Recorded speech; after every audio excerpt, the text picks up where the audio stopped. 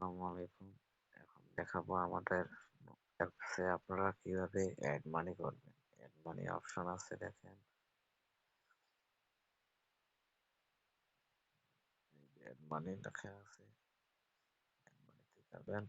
যা এখানে নাম্বার দেয়া আছে। বিকাশ, নগদ, রকেট, উপায়।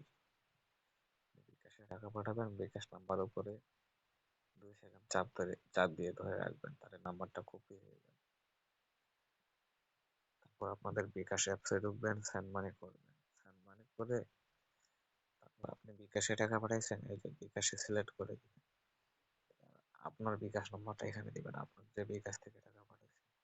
সাপোজ দিলাম হচ্ছে আমার 01300941 এই নাম্বার থেকে টাকা পাঠাইছি। সাপোজ উদাহরণস্বরূপ 500 দিলাম। হচ্ছে ট্রানজেকশন আপনাদের দেখানোর জন্য একটা দিলাম। কিভাবে আপনারা কি করবেন, দিয়ে হচ্ছে কনফার্মে চাপ দিবেন।